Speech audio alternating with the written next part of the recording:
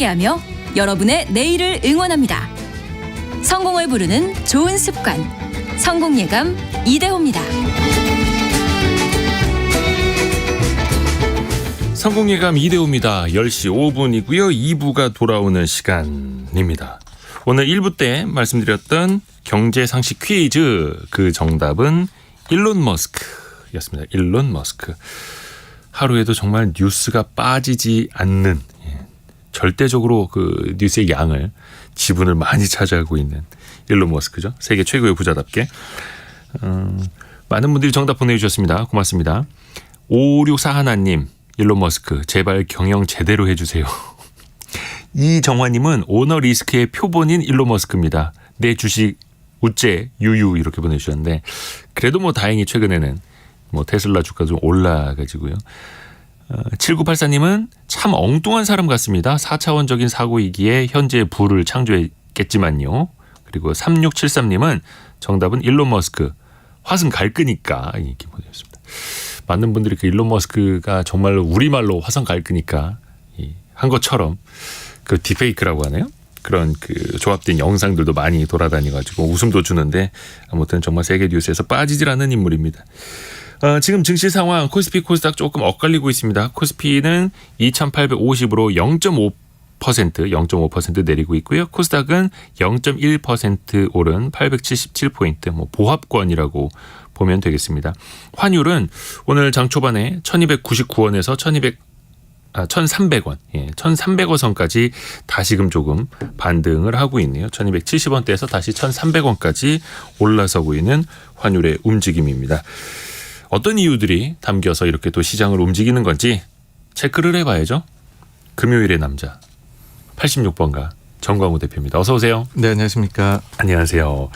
아이고, 이 글로벌 이슈들이 끊이지를 않는데, 금리에 대한 이슈가 좀 끝났는 줄 알았는데 여전히 그 여진이라고 해야 될지 많이 남아있더라고요. 네네. 며칠 전에 미국 연준 파월 의장이 의회에 출석을 했습니다. 여러 이제 질문들이 나와서 그 발언들이 굉장히 많이 또 이슈가 됐는데, 뭐 금리에 대한 그 신호는 잠시 후에 또 여쭤보겠고, 우선은 어떤 발언들부터 우리가 챙겨봐야 하는지부터 한번 정리를 부탁드릴게요. 네, 파월 의장이 이틀 연속으로 의회에 출석을 해서 의원들하고 질의응답을 나눴습니다. 네. 그런데 사실 그 시장에서 주목을 하는 것은 향후 통화 정책이 어떻게 변화할 것이냐에 그렇죠. 관심을 가지지만 실은 이제 이번 청문회의 주된 내용은 실리콘밸리 사태 관련된 내용들이 주를 이루었다라고 보시면 될 것 같습니다. 원래 그걸로 인해서 이야기를 논하는 자리. 네, 그에 대해 가지고서 거의 대부분이 나왔다고 보시면 될 것 같고요. 네. 사실이 그러한 것이 뭐 이제 그 당국에서 보기에는 그런 아주 어떻게 보면 은행이 망한 아주 큰 사건이 발생을 한 거니까 그 속에서 과연 연준이 잘 대응을 했느냐, 향후에 재발이 방지될 수 있는 그런 이제 뭐 조치를 취했느냐, 이런 류들에 대한 것이 사실 당국에서는 훨씬 더 중요하게 다뤄야 될 이슈들이거든요. 그래서 이것이 중심을 이루었다라고 보시면 될 것 같고, 통화 정책에 관한 힌트는 군데군데 조금씩 묻어 나왔다. 예. 근데 그 중에서도 제가 볼 때는 제일 주목해야 되는 거는 의회에 출석을 하기 전에 보통 이렇게 그 의장의 경우에는 출석 직전에 그 연준 홈페이지에다가 어떤 얘기를 할지를 올려놓습니다. 근데 출석하기 2시간 전에 올려놓은, 그러니까 이틀 전이죠. 그때 당시에 내용을 보게 되면 그 전주에 있었던 FOMC 회의 당시 그 모두 발언의 내용하고 토시만 몇 개 바뀐 거의 같은 내용을 올려놨어요. 네. 그런데 그럼에도 불구하고 시장에서는 좀 매파적이다라고 여겼거든요. 그러면 왜 그렇게 여겼을까라고 했었을 때 우리가 FOMC 회의 때 점도표 보시게 되면은 2차례 위로 상향이 됐지 않습니까? 네네. 그래서 올해를 기준으로 해서 보시게 되면 총 18명의 위원들 중에서 2명만이 동결을 주장했고, 네네. 나머지 16명은 금리를 향후에 추가로 더 올려야 된다, 이렇게 점을 찍었습니다. 네. 그러니까는 점도표를 우리는 알고 있죠. 근데 이제 의회 출석 전에 쓴 발언에서는 표를 보여줄 수는 없으니까 이걸 말로 풀었었어요. 네. 거의 대부분의 위원들이 연내 추가 인상을 기대하고 있다. 근데 그게 이제 헤드라인으로 잡히면서 연내 추가 인상이라고 하니까는 이거를 조금은 매파적으로 여기지 않았나라고 생각이 되고요. 네. 실제로 중간중간에 발언에서 보게 되면은 이제 우리가 FOMC 때 있었던 것 이상으로의 매파적인 발언은 사실은 없었다. 그래서 FOMC 당시 사실 그리고 시간이 얼마 지나지도 않았어요. 네. 그때의 강도에서 더해지지도 빼지지도 않았다. 거의 같은 내용이었다. 그렇게 전반적으로는 저는 뭐 평가를 할 수 있을 것 같습니다. 근데 그 이야기들이 전해져 나오는 게 특히 파월 의장도 이야기를 한 게 우리가 한 7월쯤에 한 번 더 인상할 것까지는 이른바 컨센서스라고 하는 네. 70% 이상의 확률로들 계산을 해놨는데 네. 그거보다 한 번 더 올릴 수 있다. 즉 연내 2번 더 기준금리 인상 가능하다라는 이야기를 했잖아요. 네네. 이거는 우리가 어떻게 받아들여야 되나요? 근데 거기에는 단서가 붙어 있는 것이 데이터가 어떻게 나오느냐에 따라서 이고 사실 이틀 전에는 주식이 빠졌지만 어제는 또 미국 증시가 좀 반등을 했잖아요. 약간, 네. 근데 그 반등의 이유가 뭐냐 하면은 파월 의장이 얘기를 할 때 우리가 그 이제 점도표에 있는 것처럼 올려야 될 수도 있는데 근데 그거는 향후 나오는 데이터를 보고서 하겠다 이고 네. 과잉으로 하지는 않겠다라는 얘기도 또 뒤에 덧붙였거든요. 네. 그러니까는 상황에 맞춰 가지고서 즉 뭐 인플레이션이라든지 고용의 둔화라든지 그런 거를 보면서 상황에 맞춰서 나아가겠다가 철저하게 데이터 디펜던트 여전히 데이터에 의존해서 가겠다라는 기존 방침에는 변함이 없는 것이고 네. 네, 이제 그 FOMC 때 있었던 발언 수준에서 거의 달라지지 않은. 근데 그러면은 이런 의문이 드실 거예요. 왜 두 차례 인상이 돼 가지고서 연준 위원들은 점을 찍었고, 네. 그리고 실제로 그것이 낳게 된 효과는 뭐냐라고 네. 했을 때에는 저는 지금 많은 분들께서 이제 향후의 정책에 대해서 많이 관심을 가지시지만 제 입장에서는 연준이 가장 지금 단기적으로 신경을 쓰고 있는 거는 부채 한도 협상 이후에 나온 네. 그 재무부의 채권 발행을 어떻게 잘 소화해 낼 것인가. 시장이 예. 거기에 저는 최고 지금은 초점이 맞춰져 있을 수밖에 없다라고 생각을 하거든요. 근데 그를 위해 가지고서는 영래포 금리보다 미국채 단기물 금리가 더 높아야 네. 영래포에서 단기채로 자금이 빠져나가게 되거든요. 네. 그러면 영래포에 잠겨 있었던 초과 유동성이 단기채 시장으로 가는 거니 시장 전체 유동성에서는 변함이 없는 그래서 시장 전체 유동성에 충격을 주지 않고 해소되는 그런 과정을 거칠 수 있다는 거죠. 네. 그러기 위해서는 기준금리는 영래포 금리는 기준금리에 연동이 돼요. 그래서 기준금리를 올리지는 않아야 되는데 향후에 금리는 많이 올릴 것처럼 얘기해야 단기물 금리가 영래포 금리보다는 더 올라간다는 네. 거죠. 근데 그 전략을 지금 계속 쓰고 있는 거고 그 효과가 그럼 지금까지 어떻게 나타났느냐라고 하면 최근 3주간 누적으로 보게 되면 그 이제 재무부에서 본인들이 거의 자금이 바닥났었잖아요. 그거를 6월 말까지 4,250억 달러까지 아마 다시 쌓게 될 것 같다라고 얘기를 했거든요. 다시 쌓는다라는 의미는 한 달 동안에 최소한 그 이상의 채권 발행이 있다라는 거죠. 네. 그러니까 본인들 쓸 돈까지 합치면 한 5천억 달러 정도 되는 금액이거든요. 네. 근데 지금 벌써 3주니까는 75%가 진행이 됐을 거잖아요. 네. 실제로 지금 3천억 달러 정도가 쌓였습니다. 근데 그 사이에 그 돈이 어디서 나왔느냐? 똑같은 금액만큼 영래포 잔고에서 빠져나왔습니다. 단기적 자금들이 예. 그러니까 딴 데서는 자금을 쓴 게 아니고 본인들이 정확히 기대한 대로 지금 흘러갔거든요. 그리고 그의 그를 이뤄내기 위한 전략은 제가 볼 때에는 세게 얘기하는 거거든요. 그러면은 그래서 금리가 조금 높아지도록 해서 네. 사람들이 국채 쪽으로 더 넘어오도록 그래서 그게 더 잘 팔리게끔 하려고. 네. 그래서 영래포 잔고에 있던 초과 유동성은 줄어들고 예. 재무부에서 대량으로 국채를 발행하는데 그거는 소리 소문 없이 벌써 목표한 거에 4분의 3이 채워졌습니다. 거의 이제 네. 완판 느낌으로. 네, 이제 일주일만 6월 말까지 얼마 안 남았잖아요. 가게 되면은 요 이슈도 이제 넘어가게 될 거고 그래서 저는 연준의 소위 말해서 말로써 하는 매파성은 지금하고 7월 이 회의 있는 사이 요 정도에서 강하게 얘기 나오는 걸로 아마 끝나지 않을까. 이고 7월 달에 데이터가 많이 나옵니다. 고용부터 인플레 쭉쭉쭉 나오는데 사실 인플레 데이터는 7월이 제일 자신이 있거든요. 왜냐하면 그게 이제 6월 데이터가 7월에 나오는 건데 네. 작년 6월이 워낙에나 기저가 높았었기 때문에 당시에 9%대 물가 상승률을 기록했던 작년 6월. 네, 그렇습니다. 그래서 이번에는 3% 초반 정도가 나오게 될 텐데 그러면은 그 정도의 금리, 아까 이 인플레를 보고서 금리 정책을 과연 정말로 7월에 또 뭔가 지금의 수위로 얘기를 할까에 대해 가지고서 시장에서는 아직까지 연준이 좀 블러핑을 소위 하는 거다. 좀 본인들의 속마음보다는 세게 얘기하는 거다 그렇게 보는 것 같고 저도 그런 시장의 생각에 네. 뭐 동조를 하는 바입니다. 네. 그러니까 시장의 기대 인플레이션도 좀 심리도 꺾어놔야 되고 그리고 뿐만이 아니라 국채도 잘 소화가 되도록 해야 되고 두 마리 토끼를 다 잡으려고 하는 건데 현재까지는 작동이 잘 되고 있는 거고 말씀하신 거는 6월에 소비자 물가 지수 발표는 이제 7월 첫 주에 나오죠. 그 이제 CPI. 두 번째 주에 두 번째 주였나요? 네. 그거는 3%대 초반까지도 보고 있고 그러면 네네. 3%대 초반에 CPI 소비자 물가 지수 상승률이 나오는데 연준이 굉장히 그때까지도 매파적으로 발언을 하고 시장을 타이트하게 관리할 수 있을 것이냐에 대한 시장의 의구심은 또 계속 따라붙는 거고요. 네, 맞습니다. 7월까지도 이건 뭐 안심은 할 수 없을 테니까 계속 지켜봐야겠습니다. 그리고 최근에 보니까 비트코인이 어느새 네. 3만 달러를 회복을 했더라고요. 뭐 물론 이제 거기에서 또 왔다 갔다 합니다만 불과 한 보름 전까지만 하더라도 미국에서 가상자산 거래소들 규제한다라고 하니까 코인 가격이 막 급락을 했었고 네네. 근데 최근에 다시 급등한 배경을 보니까 파월 의장의 발언이 있었어요. 네, 사실 파월 의장의 발언은 예. 기존의 본인들의 생각을 되풀이한 거다라고 봅니다. 그 뭐 스테이블 코인이라고는 네, 하는데 맞습니다. 그 가상자산의 일종 이거를 화폐로 본다라는 발언이었어요. 네. 그게 어떤 뜻입니까? 왜냐하면은 이제 연준에서도 그 암호화폐 시장에 대해서 얘기를 할 때 네. 사실 다른 부분에 대해 가지고서는 언급을 거의 하질 않습니다. 네네. 그런데 스테이블 코인에 대해 가지고서는 이건 규제가 필요하고 네. 그 다음에 화폐의 성격이 있다라고 얘기를 합니다.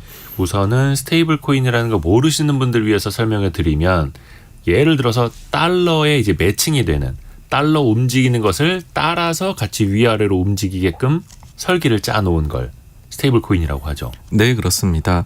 그러다 보니까는 스테이블 코인에서도 그렇게 달러하고 가치를 연동을 고정을 시켜 두려고 하면 스테이블 코인에서 가지고 있는 자산을 달러 자산으로 네네네. 그러니까는 뭐 이제 제일 믿을 만한 자산 뭐냐 하면은 미국채 단기물 아니면은 뭐 우량 회사채 이런 것들 위주로 담아두거든요. 네. 그러면은 실제로 여기에서 출고가 발생을 했을 때에 거기에 매칭을 시켜가지고서 정확하게 달러하고 연동된 가치만큼을 본인들이 즉시 자금 마련해서 줄 수가 있게 되는 거죠. 네. 그러니까는 이거 자체가 일종의 좀 뭐 화폐로서의 성격을 이거는 왜냐하면 달러가 완전히 연동되도록 본인들이 운영을 하는 거니까 그래서 스테이블 코인은 실제로 화폐 성격 어느 정도는 가지고 있는 걸로 보고 또 여기에 대해 가지고서는 그러다 보니 연준 입장에서는 규제가 필요하다.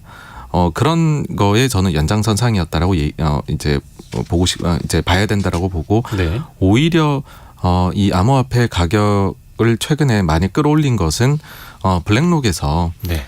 현물 ETF를 지금 신청을 했다라는 거고요. 상장지수 펀드인데 비트코인 선물이 아니라 네, 비트코인 그렇습니다. 현물을 아예 그 펀드에 담아버리는 ETF를 만들겠다. 네, 맞습니다. 사실 지금 비트코인에 연동되는 ETF는 이미 나와 있습니다. 예. 근데 그거는 선물을 가지고서 네네. ETF를 구성해서 거래를 하는 거거든요. 그러니까는 그 미국의 증권거래위원회에서도 선물에 대해 가지고선 그나마 열어주고 지금까지 현물로 하겠다 그러는 거는 막아왔었어요. 예. 왜냐하면은 상대적으로 선물 시장이 매수도 배팅을 할 수 있고 매도도 배팅을 할 수 있잖아요. 네네. 그러니까는 가격 발견 기능이라든지 가격을 일종의 좀 조작을 한다든지 그런 가능성이 낮다라고 보았고 예. 또 현실적으로 현물을 가지고 있게 되면은 그게 안전하게 보관이 돼야 되는데 이제 그 선물 쪽이 훨씬 더 안전하게 이제 이거를 보관할 수 있는 그런 방식이다라는 거죠. 예를 들어서 현물로 ETF를 내게 되면 자산운용사에서 이 현물을 그러면 어떻게 보유를 자기네가 하고 있어야 되느냐 네, 안전하게 그렇죠. 그 문제도 발생할 수 있는 거거든요. 그랬는데 지금 블랙록에서는 현물 ETF를 하겠다라는 거고 그리고 하반기에 뭐 연말에 이게 좀 결과가 나오지 않겠느냐라고 얘기를 하는데 사실은 뭐 현물이 되나 선물이 되나 ETF 거래되는데 무슨 상관이냐 생각을 하실 수가 있어요. 네. 근데 만약에 현물에 대해 가지고서도 미국의 증권 이제 위원회에서 허가를 해준다라고 하면 기존에는 선물이 현물 대비해 가지고서 그래도 좀 더 안전하다라고 생각해서 그거는 허가를 해줬던 거잖아요. 네. 근데 그 범위가 넓어진다라는 거죠. 그러니까는 이 암호화폐 시장에 대해 가지고서 좀 더 규제 당국이 넓은 범위로 인정을 해준다. 그러니까는 거기에 대해 가지고서 블랙록이라는 아주 글로벌 최고의 이쪽 분야의 기업이 붙어가지고서 신청했다는 것 자체가 본인들도 뭔가 그 가능성을 본 것 아니냐 방법을.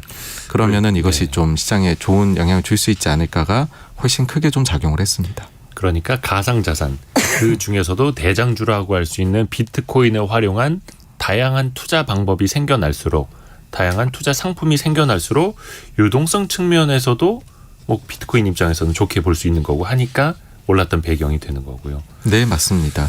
그렇죠. 이렇게 코인 투자하려면 요즘은 뭐 무슨 뭐 지갑 만들어대고 가상화폐 거래소 뭐 터야 되고 막 하는데 그게 아니라 그냥 증시에서 네, 주식 네. 사고 팔듯이 ETF로 투자를 할 수 있는 또 간편한 방법이 더 많아질 수 있다. 아하. 미국과 중국 이야기를 좀 해볼게요. 그 지난주에 미국 국무장관 블링컨 장관이 중국을 다녀왔죠. 시진핑 주석도 만났고 뭔가 좀 화해 제스처가 좀 나오는 것 같은데 이거를 경제적으로 좀 치환을 해봤을 때 어떤 의미가 있을지도 좀 살펴보죠. 네, 그 지금 저는 이제 어떤 부분을 보느냐 하면은 네. 사실 중국에 대해 가지고서 이런 식으로 미국의 때리기 소위 네. 이게 진행이 된 것은 바이든 정부에서 시작된 게 아니라 트럼프 예전에 정부에서 시작이 된 거잖아요. 아주 심하게. 네. 근데 그때 당시의 전략을 보게 되면 네. 대통령 임기가 4년이지 않습니까? 네네. 근데 초기 2년 차까지는 엄청나게 때리기에 몰두를 하는 거죠. 그리고 3년 차 때부터는 대화를 시작을 하다가 네. 그다음 트럼프는 4년 차 1월 달에 네. 그때 합의를 맺습니다. 1차 무역 합의. 그래가지고서 뭔가 본인이 해결사 이미지도 보여주고 그때 뭐 미국산 농산물 더 수입해주고 막 이런 식으로. 예, 그리고 뭐 고율 관세도 때려버리고 네. 그런 식으로 하니까는 당시에 코로나 터지기 직전까지만 해도 트럼프의 지지율이 민주당의 전 대선 후보들 예상 후보들보다도 높았었거든요. 네. 근데 이제 코로나 대응이 잘못되면서 완전히 무너졌죠. 네. 바이든 정부도 혹시 비슷한 전략을 쓰진 않을까라는 한번 가정을 해보는 겁니다. 그러니까 1, 2년 차 때까지는 제대로 대화도 안 했었고 그리고 좀 바이든 대통령은 상대적으로 친중이지 않을까라고 생각을 했는데 고유 관세도 계속 유지가 되고 있고요. 때리기는 오히려 근본적인 것들 그 이제 글로벌 공급망 재편이나 이런 것들을 통해서 더 근본적인 문제까지 건드려 버렸거든요. 네. 근데 지금이 3년 차입니다. 네. 이 기묘하게도 지금 갑자기 대화를 좀 시도하는 것 같고 이러다가 네. 뭔가 화해의 제스처가 더 진행되고 실제 결과물까지 낳게 되는 거 아니냐. 네. 그러면은 내년도에 본인의 선거에 어쨌든 이게 경제에 좀 좋은 영향을 주게 되면 그러면은 그러니까 저는 대표적으로 지금 관심을 개인적으로 가지고서 보고 있는 것이 네. 여전히 중국에 부과되고 있는 고율 관세입니다. 그러니까 이거는 바이든이 매긴 게 아니에요. 트럼프가 매긴 거거든요. 네네. 그런데 이것이 어떤 경제적 효과가 있느냐 하면은 관세가 높아졌기 때문에 수입 물가가 높아지게 되고 그렇죠. 미국의 소비자 물가 요즘 높은 게 최대 이슈인데 예. 거기에 악영향을 준 것으로 보인다는 거죠. 그렇죠. 그렇죠. 그러니 이걸 내리게 되면 중국 입장에서도 좋아지고 미국 입장에서도 물가 안정에 도움을 줄 수 있는 요인이지 않을까. 그래서 저는 제일 집중을 하는 것이 그리고 또 바이든 정부 입장에서는 그런다고 해봤자 이거는 실익이 없는 거를 그것도 전임자가 했던 거를 없애는 것뿐이고 네. 본인은 근본적인 것들에서는 하고 있기 때문에 뭐 완전히 중국에 대해 가지고서 본인이 의견을 바꾼 것은 아니다라고 또 유권자들한테 얘기도 할 수 있을 거라고 보거든요. 네. 그래서 관세 쪽에 저는 제일 주목해서 보셔야 될 것 같다라고 생각을 하는 거고 중국 입장에서도 아무리 미국이 밉다 하더라도 이런 카드는 받지 않을 이유가 없다라고 보거든요. 그렇죠. 자기는 경제적으로 좋은 거니까. 네, 그래서 좀 이 부분이 제일 첫 번째로 나올 수 있는 부분이 아닐까이고 근데 실제로는 지금 이번에는 정말 오랜만에 만난 거거든요. 국무장관이 중국으로 넘어간 게 약 5년 만이더라고요. 그러니까는 일단 만남에 의리 두는 거고 구체적으로 지금 해소된 건 아무것도 없고요. 진행된 건 아무것도 없고 오히려 그 사이에 바이든 대통령이 시진핑 주석에 대해 가지고서 독재자라고 한 발언 때문에 오히려 홍역을 치렀고 네. 최근 진행되는 걸 보면은 미국, 중국 양측 모두가 그 발언을 수습하는데 지금 아주 안간힘을 쓰고 있습니다. 그러니까 옐런 장관 같은 경우에도 그 발언에 대해서 그렇다고 해서 미중 관계에 뭔가 변화가 있는 건 아니다. 그리고 중국 같은 경우에는 그 발언 이후에 이제 외교부에서 기자들하고 질의응답을 하는데 그 얘기가 많이 나왔었거든요. 네네네. 근데 본인들이 오후에 그 질의응답 관련한 대화 내용을 그 홈페이지에 올릴 때에는 그 내용을 다 뺐더라고요. 그러니까 뭔가 서로 그 독재자라는 그 바이든 대통령의 표현 가지고 더 문제를 크게 확대하지는 사지는 않으려는. 말자라는 거죠. 네. 예. 앞에서도 관세 이야기를 해주셨는데 미국이 중국산 상품 제품에 물리던 관세를 내리면 미국 입장에서도 인플레이션을 컨트롤하는데 좀 도움이 될 테고 그러려면은 명분이 필요한데 네네. 중국과의 어떤 화해 제스처 근데 또 화해 제스처를 제시하는데도 명분이 필요하니 그들의 바이든 대통령도 어떤 경제적인 효과가 네, 그렇습니다. 필요한 거고 이미 어느 정도 인플레도 그렇고 우리의 성장률도 그렇고 도움이 됐다. 우리의 중국 때리기가 통했다. 그래서 이제 살살 풀어주려고 하니까 조였다 풀었다. 물론 이제 미국 입장에서 그 효과가 또 나타나는지는 미국 물가지수를 보면은 계속해서 반복해서 볼 그렇습니다. 수가 있을 네. 테고. 근데 뭐 중국 입장에서도 지금 경기가 원체 안 좋아가지고 여러 가지 대안들도 내놓고는 있는데 얼마 전에 사실상의 기준금리도 0.1%포인트 낮췄더라고요. 네, 그렇습니다. 시장이 참 중국의 경기 부양책을 많이 기대를 하고 기다리고 있었는데 뭐 앞으로 얼마나 더 나올지는 모르겠습니다만 통화 정책을 더 이제 완화적으로 가는데 정작 중국 증시는 계속 빠지더라고요. 이거는 뭔가 시장의 기대치에 못 미쳤다, 효과가 없을 것이다라는 방증일까요? 그러니까 저는 두 가지가 있다라고 생각을 하는데요. 네. 일단은 중국 증시가 작년 10월 저점으로 해가지고서는 계속 좀 올랐었습니다. 네. 그러다가 뭐 거기에는 리오프닝에 대한 기대가 있었죠. 연초까지. 네, 근데 5월 달을 고점으로 해서 좀 빠지기 시작을 하는데 5월부터 나온 중국의 경제 데이터가 안 좋았었어요. 네. 그러다 보니까는 리오프닝의 효과가 여기까지인가 보다. 그리고 예상보다 못하다 그 효과가. 그러면서 최근에는 이제 증시가 빠졌었는데 그 다음으로 그러면은 시장이 어떤 기대를 하게 되느냐. 그러니까 다음 단계로 넘어가는 거는 바로 부양책에 대한 기대인 것 같습니다. 네. 그러니까 중국이 지금 리오프닝에 나선 이후로 보시게 되면 부양책을 거의 쓰질 않았어요. 금리를 건드리지도 않았었고요. 그러니까 네. 이번에 금리 인하가 8개월 만이거든요. 그러니까 리오프닝 기간은 안 들어간 거죠. 네. 그러니까 중국 입장에서는 저는 이랬을 것 같습니다. 일단은 리오프닝 그 자체가 경제를 부양하는 측면이 있기 때문에 본인들이 너무 모든 카드를 한 번에 쓰기보다는 리오프닝을 선언하고서 그 과정에서 부양 효과 어느 만큼 나는지를 보고 그게 좀 힘이 이제는 좀 약화될 때에 그 동력이 약화될 때에 그때 가서 재정하고 통화 정책을 또 그때부터는 재정하고 통화 정책을 써가지고서 부양 기조로 가보자. 요렇게로 이제 하는 것이 아닌가 싶고 실제 그런 그림이 나오는 게 최근에 뭐 금리 인하도 있었고요. 그 다음에 재정 정책 측면에서는 뭐 전기차 관련 혹은 자동차 관련 그리고 가전제품 관련 해가지고서 실제 부양책이 나왔거든요. 그런 점들을 뭐 저는 보면서 이게 결국에는 효과를 점점 내거나 아니면 이렇게 했는데도 효과가 안 난다. 그러면 더 큰 부양책이 추가로 나오게 될 거다라고 생각을 합니다. 그런 부양책을 쓸 수 있는 근본은 뭐냐 하면 중국은 인플레가 지금 없거든요. 그래서 부양책을 써도 다른 나라처럼 인플레이션 심리가 다시 자극될 것 같아요라는 부작용이 있을 것 같아요. 이런 그 점이 없기 때문에 지금 현재 부양책을 쓰기에는 환경은 너무나 좋고요. 그래서 추가적으로 계속해서 연달아서 경기 상황에 따라서 이래도 안 살아나 그러면은 추가로 또 나오고 그런 모습이지 않을까라고 생각을 합니다. 다만 시장은 어쨌든 지금 당장 나온 경제 지표는 예상보다는 못했으니 그러면은 그 효과가 진짜 나는지를 보고서 가보자라고 일단은 숨고르기에 들어간 그런 모습으로 보이고요. 물론 이제 어떤 분들은 중국은 뭐 작년 재작년 계속 이제 공동 부유 다 같이 잘 사는 거 원체 뭐 사회주의 국가니까 그런 쪽에 초점이 더 맞춰져 있는 거다. 그래서 상대적으로 경기 부양이나 성장에 대한 니즈는 예전보다 좀 떨어진 것 같다라고 평가하시는 분들도 계시는데 정광훈 대표님은 그래도 중국이 경제를 포기할 수는 없고 계속해서 점진적으로 부양책을 쓸 것이다라고 보시는. 네, 그렇습니다. 그러니까 사실은 경제 성장률이 얼마가 나와야 된다 그게 중요한 게 아니라 뭐 일단 한 5% 남짓이라고 밝혔습니다만 중국이. 네, 제일 중요한 건 고용이다라고 봅니다. 그러니까 중국이 그 리오프닝에 적극 나설 때에 네. 그 요인에 대해서 사실은 시장의 기대보다 더 빨리 과감하게 리오프닝에 나섰거든요. 그때 당시에 요인 중에 하나로 지목된 것이 그 이제 백지를 들고서 네. 이제 정부에 대해 가지고서 반대 의사를 표명했던 그런 운동이 좀 있었잖아요. 그러니까 아무것도 쓰지 않고 그냥 백지를 들고 뭐 예, 일종의 예. 침묵 시위 같은 거. 네, 네. 그러니까 그런 점들에 대해 가지고서 이제 그 중국 정부에서 좀 요거를 심각하게 바라보고 있다. 그런 네. 얘기들이 있었는데 그 이후에 리오프닝이 좀 빠르게 진행이 됐거든요. 네.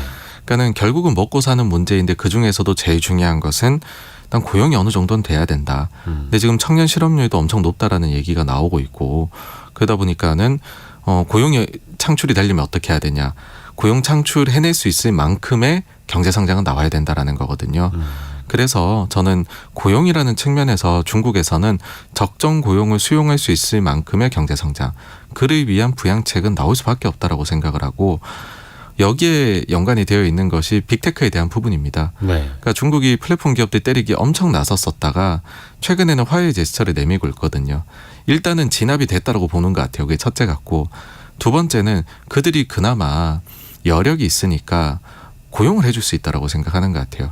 그래서 최근 보면은 그들 기업들한테 고용을 좀 많이 늘려라라고 하고 있고 여기에 화답하는 기업들도 나오고 있거든요. 그래서 중국이 지금 봉착하고 있는 최대 이슈는 제가 볼 때 고용이다. 그걸 위해 가지고서는 나올 수밖에 없지 않나 정책들이 그렇게 보고 있습니다. 청년 실업률이 뭐 20%대에 달한다고 하니까. 네, 그렇습니다. 정말 심각한 거죠. 그리고 또 하나의 좀 눈에 띄는 변화가 알리바바 회장, 뭐 지금 이제 경영일선에서 물러났습니다만 마윈이 공개 행보를 나서서 어디 뭐 강연도 열심히 다니고 이런 식으로 해서 한동안에 좀 중국 정부 이제 밉보여가지고 네, 고초를 네. 겪었었는데, 근데 이거 보면서 그러면 중국 정부가 빅테크 때리기를 이제 끝내는 것 아닌지, 특히나 경제 회복 또 고용 창출을 위해서 빅테크들에게도 조금 화해 제스처를 하는 건지 이런 해석들도 나오더라고요. 어떻게 보세요? 사실 이제 화해 제스처라고 보기에는 네. 너무 힘의 격차가 크고요. 네. 일방적이다라고 생각을 합니다. 그렇죠? 네. 그러니까 완전히 활동을 해도 좋을 만큼 알리바바에 대해 가지고서는 정부가 완벽한 장악력을 가졌다라고 저는 봐야 되지 않나 싶습니다. 네. 근데 그 의도는 뭔가 그래도 경기 활성화를 해야 되니 네, 맞습니다. 빅테크들도 역할을 해야 된다. 그게 깔려 있겠죠. 네, 네, 적극적으로 해야 되고 제일 중요한 거는 저는 그들은 고용 창출이다. 예, 그 관점에서 보고 있습니다. 빅테크들도 그 역할을 할 수 있으니까요. 자, 그러면 우리나라 입장에서도 어떻게 봐야 되는지. 그러니까 중국 쪽 지금 무역 상황이 너무 좋지 않아가지고. 네, 네. 근데 이거는 지난해 연간 데이터인데 지난해 연간 경상수지를 보면은 중국에서 경상 적자를 기록했습니다. 그게 21년 만에 처음이고 또 반대로 미국 쪽에서는 사상 최대 흑자를 냈습니다. 이걸 어떻게 해석해야 될까? 경제 구조의 변화일지 아니면 일시적일지. 네, 일단은 경기 요인이 크다라고 봅니다. 예. 그러니까 경기가 워낙 안 좋다 보니까는 중국 입장에서는 뭐 경기가 나쁘니까는 재고가 계속 쌓여가고 그래서 다른 나라들의 물건을 사주기가 어려웠던 거죠. 그리고 두 번째로 봐가지고서는 저는 그 물줄기가 변했다라고 생각을 합니다. 물줄기요. 예, 그렇습니다. 과거에는 우리가 만들어가지고, 그러니까 우리가 중간재를 만들어 중국에 판매를 하면 중국이 그걸 가지고서 뭐 폭스콘이나 이런 데서 완성품을 만들어서 미국으로 수출하고 뭐 이런 식의 경제 구조를 우리가 갖추고 있었다라고 생각을 해요. 근데 지금은 우리가 중국에서 수입하는 품목들이 많이 늘었거든요. 어떤 게 대표적으로 늘었냐면은 2차 전지 배터리 관련해 가지고서 원부 자재는 중국 뭐 이제 뭐 히토류라든지 이런 것들의 수입이 우리가 많이 늘었습니다, 지금. 그래서 이 부분에서는 사실은 앞으로 흑자를 내기는 어렵다라는 생각도 들어요. 다만 근데 그러면 우리가 구조적으로 적자로 가느냐 했을 때는 그렇게 사가지고 와서 우리는 더 부가가치를 내가지고 만들어서 이거를 유럽이나 미국에 파는 거거든요. 그러니까 왜 지금 우리가 미국이나 혹은 유럽 시장에서는 오히려 수출이 더 잘 되고 선방을 하느냐라고 하면은 그런 식으로 우리도 경제 구조가 바뀌어가고 있다라는 거고 그 한가운데에 제일 영향을 주고 있는 게 자동차 산업 그다음에 2차 전지 배터리 산업입니다. 그렇죠. 그래서 요 부분은 그러면은 이거는 예전 같으면 우리가 중국에 팔아서 중국이 미국이나 유럽으로 파는 구조에서 우리가 중국 거에 사와가지고서 만들어서 우리가 미국, 유럽에 파는 구조로 가는 거면은 이건 사실은 플러스 마이너스를 해보면 과거랑 달라진 거는 없다라고 보고요. 네. 그냥 산업 구조의 변화가 좀 있는 거다라고 정도로 보고 있습니다. 그리고 더 큰 요인은 하여튼 앞서도 말씀드렸듯이 경기 요인이 크다라는 거고 중국 쪽에서 경기가 좀 살아나면서 재고가 줄어들게 되면 그러면은 우리의 대중 수출도 좀 회복이 될 것이다라는 거고 실제로 지금 보시게 되면은 대중 수출이 최근 들어와 가지고서는 여전히 마이너스기는 하지만은 그 마이너스 폭이 줄어들고 있습니다. 네네네. 원래는 보시면은 대중 수출이 3월 달에는 마이너스 33%까지도 갔었거든요. 근데 지금 6월 20일까지 나온 걸 보면 마이너스 13%. 네. 예, 그렇게 되었고요. 이제 그러다 보니까는 우리나라 전체 수출도 지난 3월 달에는 일평균 이제 그 전체 수출 기준으로 봤을 때 마이너스 33%에서 이달 들어와서는 20일까지 플러스 5.3%. 물론 이게 좀 조업일수 때문에 득을 본 것도 있기는 해요. 그래서 조업일수 제외하고 일평균으로 보게 되어도 3월 때 마이너스 17%에서 지금에는 마이너스 2%로 좀 회복을 했습니다. 네, 그래서 그런 부분들도 역시나 이제 경기적인 부분이 좀 이제 작년하고는 좀 달라지면서 네, 우리 수출도 조금 달라지고 있다.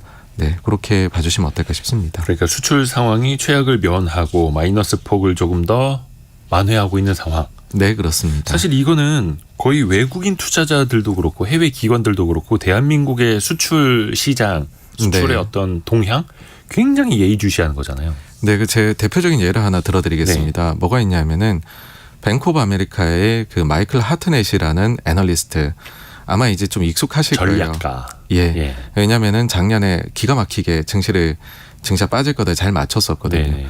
그 모건 스탠리 마이크 윌슨하고 쌍벽을 이루는 지금 이제 전략 쪽에서는 인물인데 그가 이제 보고서를 쓸 때에 여전히 향후에 기업 이익이 안 좋을 것 같아라고 얘기를 하고 있거든요. 네.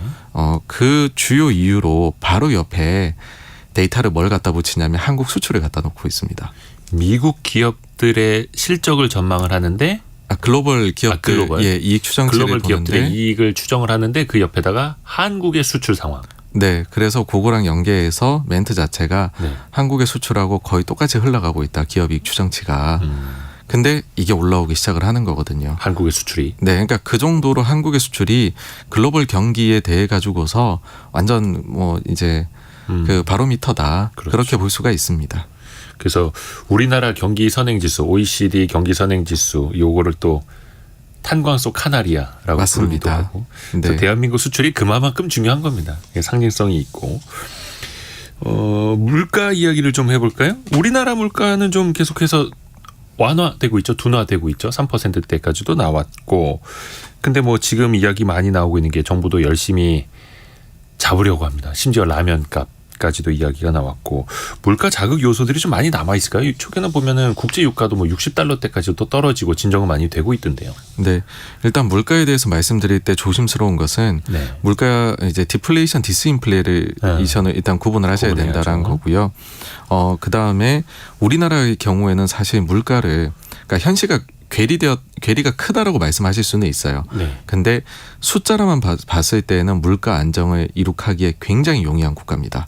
물가 안정을 이룩하기 굉장히 쉽다. 네, 그렇습니다. 우리나라가 어떤 예. 이유에서요? 왜냐하면 기본적으로 가장 큰 요인 그것이 미국 같은 경우는 주거비잖아요. 우리가 너무 잘 알고 있잖아요. 미국의 렌트비라고 하는 주거비. 예, 미국은 전체 이제 그 소비자 물가 지수에서 주거비가 차지하는 게 34%가 넘거든요. 3분의 1이 월세. 예, 그러니까 이쪽을 잡아야지만 물가가 잡혀요. 네. 근데 한국은 전세가 5.4%, 월세가 4.4%입니다. 그러니까는 주거비에 대해 가지고서 차지하는 비중 우린 많이 낮아요. 합쳐봐야 10%. 예, 그러니까 사실 집값을 어떻게 잡느냐 이게 굉장히 힘든 문제인데 네네네. 우리는 그것이 물가에 미치는 영향이 굉장히 적다라는 거고 네. 그러면은 어떤 것들이 많이 영향을 미치냐라고 하면 예를 들어 통신비가 거의 한 5% 됩니다. 네. 근데 미국은 우리의 절반 정도밖에 안 되거든요. 네네. 그러니까는 어떤 정부든지 물가 얘기만 나오면 통신비 얘기부터 나오는 이유가 여기에 있는 거고요. 그 다음에 그 교육비가 많이 들어갑니다. 그러니까 최근에 교육에 대해 가지고서 엄청난 노이즈가 발생하고 있잖아요. 정부 쪽에서. 네.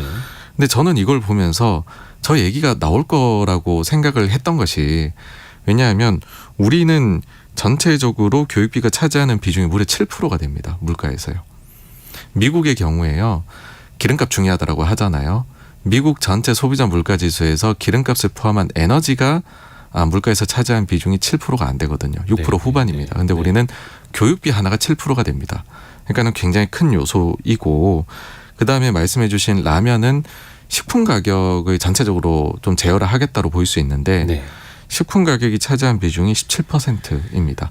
미국은 13%거든요. 그러니까 이런 부분들이 다 정부가 소위 말해서 찍어 누를 수 있는 곳들이잖아요. 네. 그러니까 우리는 늘 장바구니 물가는 엄청 높은데 왜 소비자 물가는 안정된 걸로 나오냐라고 하면 우리가 실제로 많이 내고 있는 그런 데들에 대비해 가지고서 정부가 영향을 미쳐서 숫자로 보기에는 안정된 걸로 나올 수 있는 물가 데이터들 그게 굉장히 비중이 높다라는 거죠. 그리고 거기에 대해서 정부들이 항상 어느 정부든지 간에 이런 이제 높은 물가가 나올 때 물가 안정 얘기할 때는 이 부분들에 대해서 규제를 가하고요.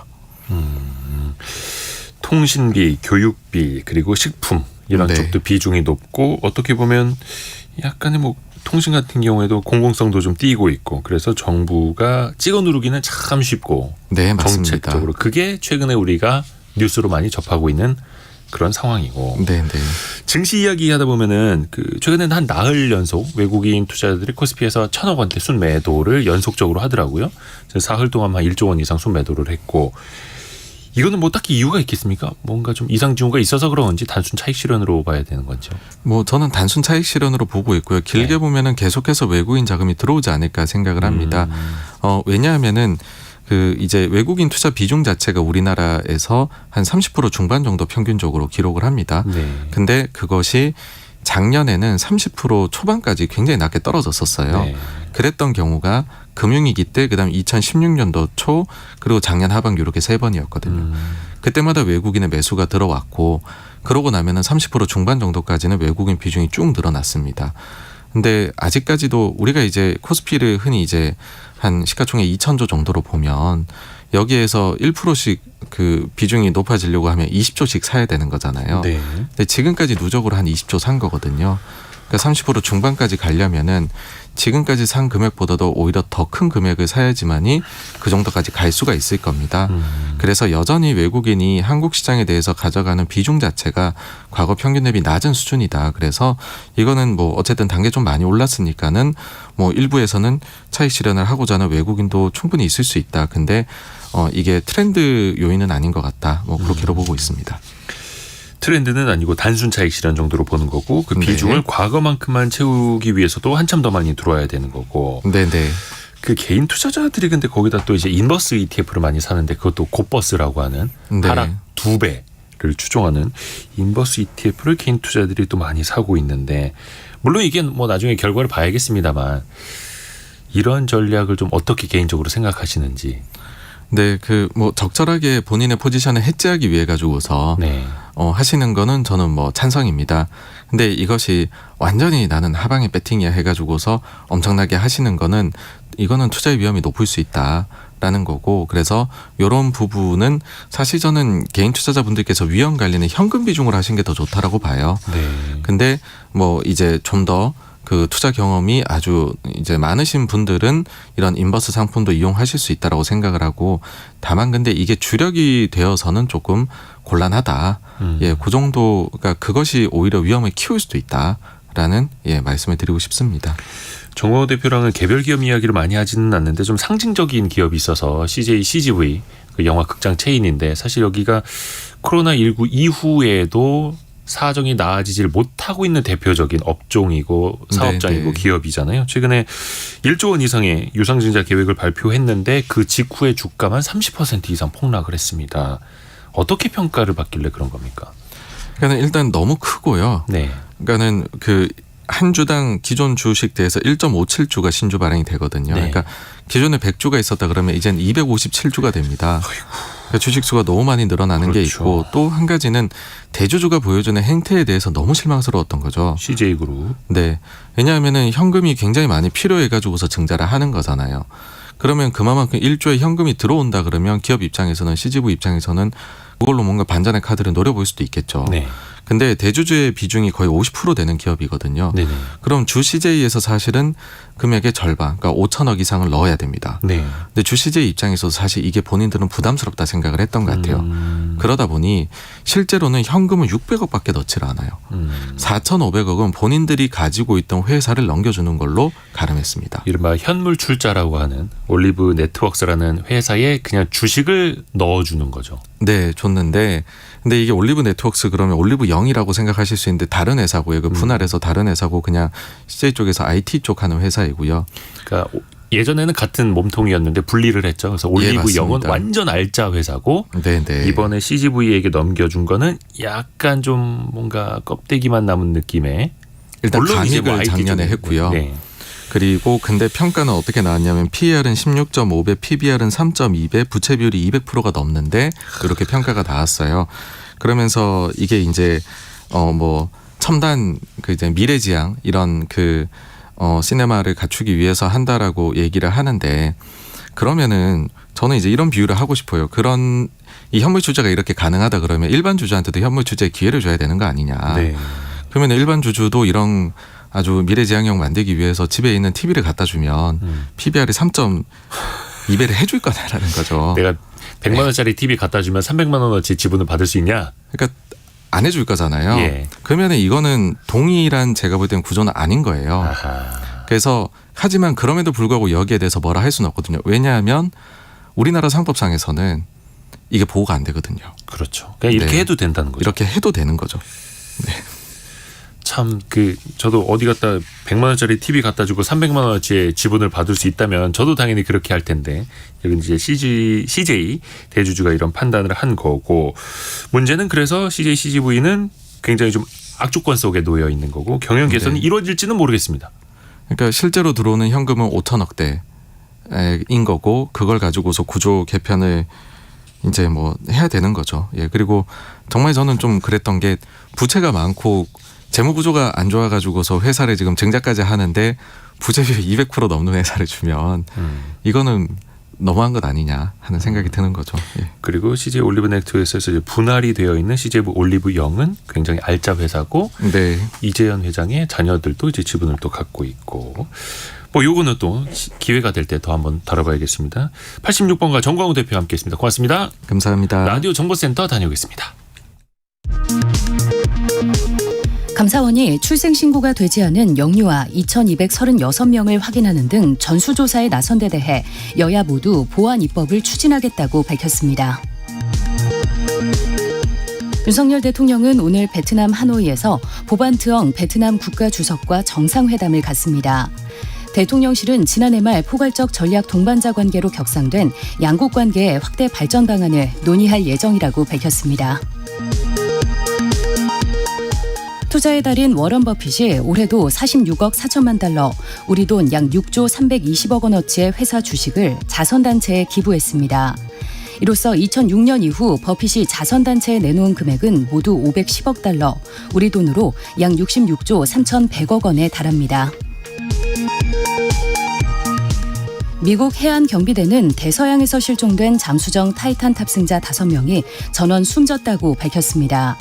해안경비대는 잔해들을 근거로 내부 폭발 사고가 일어난 것으로 보인다고 밝혔습니다. 지금까지 라디오 정보센터 조진주였습니다. 애프터 서비스 시간이 돌아왔습니다. 곽지연 리포터 어서 오세요. 네, 안녕하세요. 자, 첫 번째 질문은요. 네, 청취자 김종근님, 청약통장으로 대출 받을 수 있나요? 그럼요. 네. 그래서 급전이 필요할 때 청약통장을 깰 게 아니라 청약통장에 있는 나의 돈을 담보로 대출을 받을 수가 있습니다. 뭐 보험금 담보대출이랑 비슷한 거죠. 네. 다만 내가 부어놓은 그 금액 안에서 그것도 그 비율이 또 회사마다 다릅니다. 소액 정도만 또 빌릴 수 있다라는 그런 한계도 있습니다. 그리고 금리 조건도 회사마다 다르니까 이것도 좀 챙겨서 보셔야겠습니다. 네. 자, 다음은 5493번님, 국회에 의결된 주택연금 내용 궁금합니다. 라고 문자 보내셨어요. 네.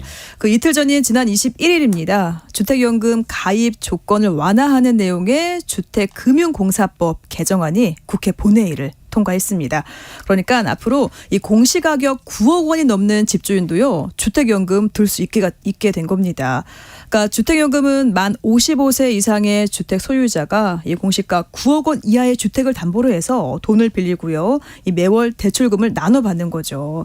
그러니까 노후생활자금을 연금 형태로 대출받는 제도인데 그러니까 지난 2007년 이후로 이 부동산 가격은 오르고요. 그러니까 시장 변화를 반영하지 못했다. 이런 지적이 있었던 거죠. 그래서 이번에 개정안이 마련됐습니다.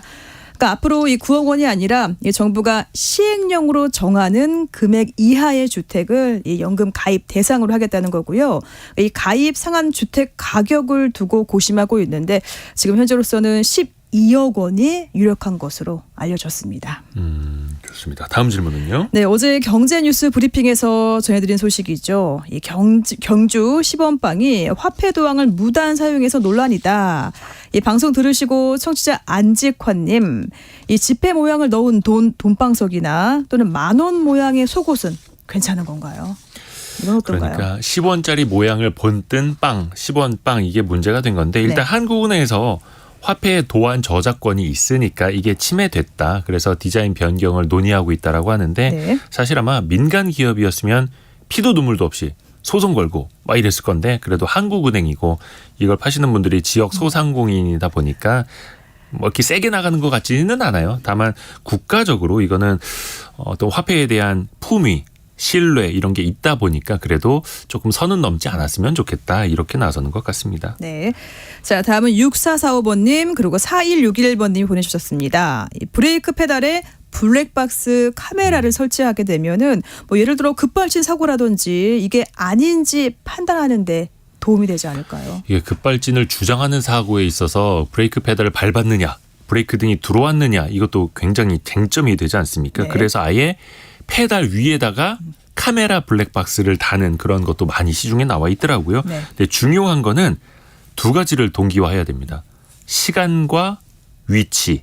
그래서 GPS와 그 같은 시간에 그게 기록이 돼야 하지 않겠습니까? 그게 네. 되게 중요하고 그거를 이제 지원하는 제품인지도 꼭 따져보셔야 되겠고 국토부가 이게 진짜 실효성이 있는지도 검토를 하고 있다고 하네요. 하나 더 질문 들어보죠. 네, 0716번님은 그 소나타 택시를 신청했는데요. 출고가 어렵다는 연락을 받았습니다. 아니 이렇게 갑자기 단종하면 어떻게 대응해야 될까요? 현대차가 소나타 택시의 생산을 중단하겠다. 2,500여 대만 다음 달까지 출고하고 끝내겠다라고 했는데 네. 계약이 된 게 22,000대가 기다리고 있다고 해요. 근데 네. 또 약관상 계약상 차가 중단이 되면 생산 중단이 되면 이거는 계약을 유지할 필요가 없다 이렇게 돼 있나 봐요. 그래서 예. 이 소나타 택시를 기다리시는 분들이 많이 지금 허망한 상황인데 그러면 그랜저 택시를 사려면 1,500만 원을 더 줘야 된다고 합니다. 그렇죠. 예. 전기 택시는 훨씬 더 비싸고요. 비싸고요. 그래서 예. 많은 분들이 이게 너무 자동차 회사의 고가 전략 아니냐. 왜냐하면 그렇다. 한 2년 전에 K5 택시도 중단이 됐거든요. 생산 네. 중단이 됐거든요. 그래서 아마 택시 하시는 분들은 이거 대책 마련을 해야 된다. 이렇게 목소리를 내고 계시더라고요. 네. 곽지연 리포터 수고 많으셨습니다. 고맙습니다. 내일은 그 성공예감 주말 별책 부록이 찾아가는 날이죠. 벤 버냉키, 티모시 가이트너, 헨리 폴슨 어마어마한 사람들이 같이 쓴 책이 있습니다. 바로 위기의 징조들이라는 책인데 라쿤 자산운용의 홍진채 대표와 함께 이 책을 읽어보고 위기란 무엇인지 어떻게 대응을 해야 되는지 어떻게 대응해왔는지도 같이 여러분과 유튜브에서도 만나실 수 있습니다. 내일 토요일 아침 9시 5분에도 뵙겠습니다. 성공예감은 오늘도 여러분을 응원합니다.